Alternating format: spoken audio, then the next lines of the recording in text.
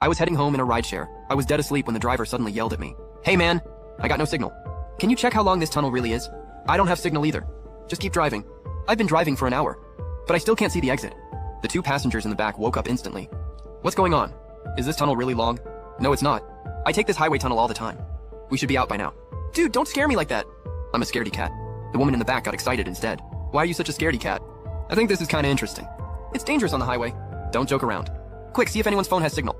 Let's figure out where we are. The two in the back pulled out their phones, but no signal for any of them. Then the driver pulled over into the emergency bay.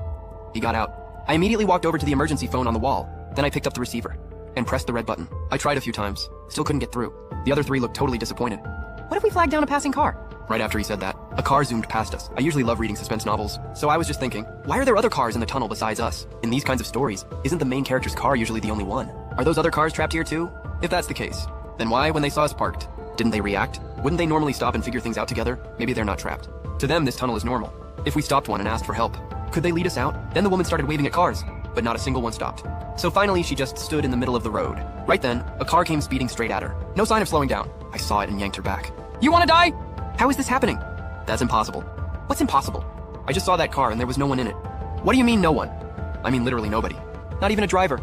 The car was empty. Everyone's faces went pale instantly. I thought for a moment. Then I said, what if we go back the way we came? We already know driving forward won't get us out, but we haven't tried going backward yet. Maybe we can walk back to the entrance. Walk back? Why not drive?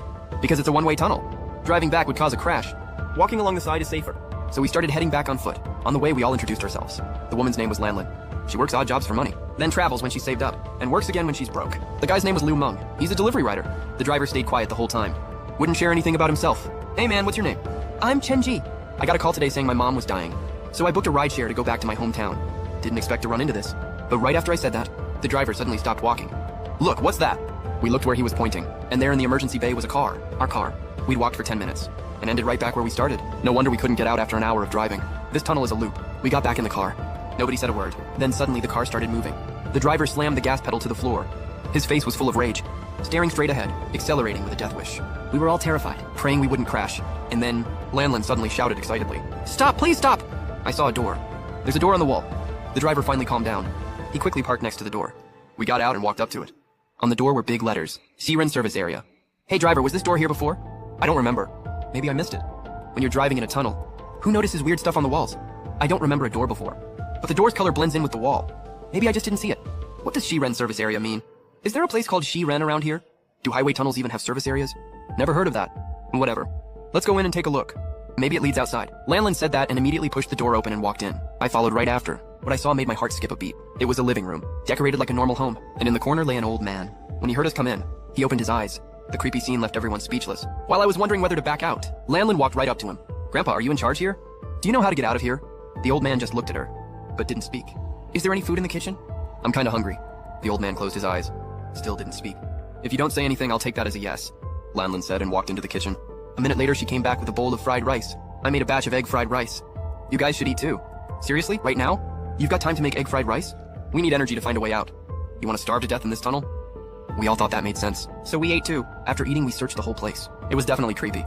The books in the study could change, turn into whatever the reader wanted to read. The food and water in the kitchen auto-refilled. The TV could turn on, but no signal. The shower and toilet worked fine too. Alright, let me share my theory. In my opinion, the most likely scenario is that we're all dead. Now we're in a room with renewable resources. Outside is an endless looping tunnel. So the most plausible explanation is, shortly after entering the tunnel, we got into an accident. Everyone died. That would explain a lot. Like how the loop started while all three of us in the back were asleep. Driver, can you swear you didn't doze off at all? If you did, then the crash could have happened while all four of us were asleep. Of course. That's just a guess. As for whether we can get out, I'm about 80% sure we can. Think about it. We're trapped here, but nothing dangerous has happened to us. That's weird. Whatever force trapped us here, it must have a purpose. But right now we're safe, meaning that force doesn't want to kill us. So we should gather information, try to piece together the truth, and maybe then we'll find a way out. As for the old man, he's definitely a mystery, but he can't speak and can't move. So don't worry about him for now. We can investigate him later. For now, everyone get some rest. We might be here a long time. The three of them nodded. The driver sat on the couch, fiddling with the TV remote. Liu Meng picked up a comic book. Then Lanlin came up to me and asked, Chen Jie, didn't you say your mom was dying? It's fine if we investigate here for a long time. But what about your mom? Don't worry. I know what I'm doing. Really? Okay, good. But you're so calm. Still thinking clearly in a situation like this. I have to be calm. I left home when I was really young. Haven't been back in years. My dad died early. My stepdad treated me like crap. Often tag teamed with my mom to beat me. So I hate her. Doesn't matter if I see her one last time or not. But right after I said that, the TV suddenly turned on. Dear audience friends. Hello everyone. A TV with no signal suddenly started playing a show. That was seriously creepy. At first I thought some messed up stuff would appear, but no, the show played normally. We all sat on the couch and watched. After who knows how long, the show suddenly stopped. The TV went back to static snow. I glanced at my phone and got chills. 23:61. That time is wrong. How can there be 61 minutes? Then the old man suddenly opened his eyes and said, "Stay here, live a peaceful life. Go out, and you will surely die." Then he closed his eyes again. The room's atmosphere tensed up again. Could this old guy be from a previous batch of people trapped here? Lanlin and Liu Meng's eyes lit up. That makes sense. He said staying here means a peaceful life, because he's lived most of his life here. I spoke up and disagreed. No, this old man probably isn't human. Chen Jie, what makes you say that? Because this old man has been out of this tunnel before. What he said gives us 4 clues. First, this place can be escaped from. He said once you go out. That means someone has gotten out before. Second, the old man is likely not human, because he said anyone who leaves will die. The thing is, he never left. He stayed here, since he never went out. How would he know that leaving means certain death? The only possibility is that he's not human. He's some kind of being that can freely come and go from this space. Only then would he know what happens to those who leave. The supernatural force trapping us here is most likely him, or at least related to him. Third, this old man might be lying to us, because his words reveal his goal, which is to keep us here. Since he has an agenda, we can't trust what he says. When he says leaving means certain death, that might not be true. Fourth, we need to move fast. You saw the time. The old man only spoke at exactly 23:61. That might mean something changes at this moment. So we can't take our time. Earlier, when the driver floored it in frustration, we looped through this tunnel about 10 times, and I noticed something off. There was a black car always driving ahead of us. When we stopped, it would disappear at the end of the tunnel. When we started moving again, the black car would reappear in front of us. I bet that car isn't empty. Someone's inside. They're watching us. Maybe if we catch up to them, we'll find a way out. Everyone fell silent, thinking. After a long while, Lo Meng spoke up. But what if the old man wasn't lying? What if we really die as soon as we leave? Then you want to stay here forever?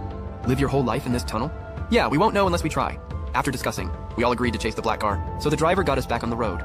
But what happened next shocked all of us. When our car reached 80 kilometers per hour, the black car appeared suddenly ahead of us. No one saw how it got there. It was as if it had appeared out of thin air.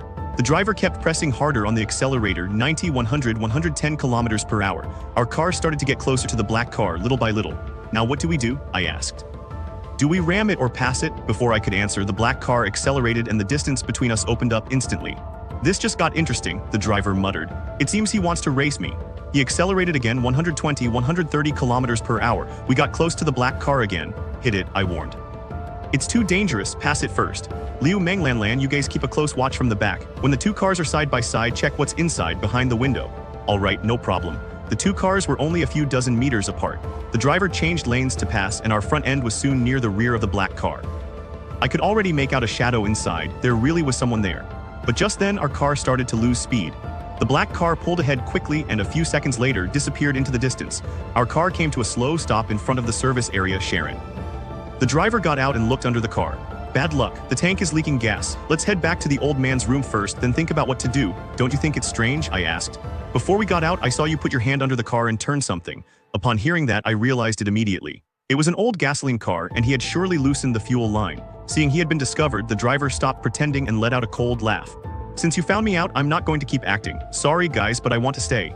Are you crazy? You don't know how terrifying the life of a fugitive is, he said. More than 10 years ago, I was young and impulsive. I only wanted money and women, so I committed a crime. Since then, I've lived on the run. No matter how many identities I changed or how isolated I lived, I was always afraid the police would find me. I never imagined finding a place this good today. Food, drink, and 0 worries. The most important thing is that I no longer have to live in fear. We were shocked. Then you could have told us, I said. We were leaving on our own. Lanlan, you are too naive, the driver countered. He doesn't just want to stay, he wants to leave you here too. In this life, he only wanted money and women. Supplies regenerate here, so he doesn't need money, but there are no women here. He nodded at Liu Meng. You also heard the old man, if you go out, you're sure to die, so it's better to stay here. Besides, it's obvious you like Lanlan. If you help me, I can share her with you. Chen, the same goes for you. We can share everything. Lanlan, don't say stupid things, I snapped. I will never lower myself to that with you. I do want to, Lanlan said. I don't want to deliver food anymore. If Chen won't accept, then let's get rid of her. I felt something go very wrong. I grabbed Lanlan and we ran away. We ran for quite a while until we couldn't see the service area anymore. Chen, what do we do now? Lanlan asked. We are against the wall. Without a car, it's impossible to catch that black car. We can't escape. Suddenly, I hated myself. Things didn't have to reach this point. Before discovering the service area, I had noticed the black car and wanted to pursue it, but I hesitated because deep down, I didn't want to leave.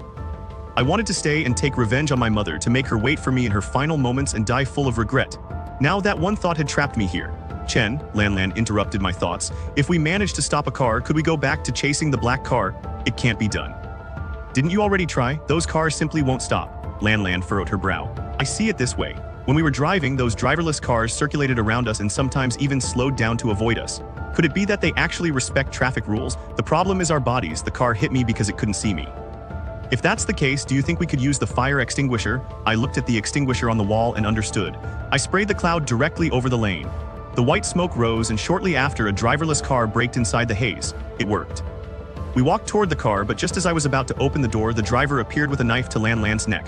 Wow, you guys are quite capable, he said. It's a good thing I followed you. Liu Meng is a coward, so I came by myself. You think you're going to catch both of us alone? I asked. I do know how to fight, and dealing with the two of you is easy. Lan Lan is in my hands. If you dare to resist, I'll kill her. Chen, don't worry about me, Lan Lan said, her voice shaking. You go on by yourself. Your mother is still waiting for you.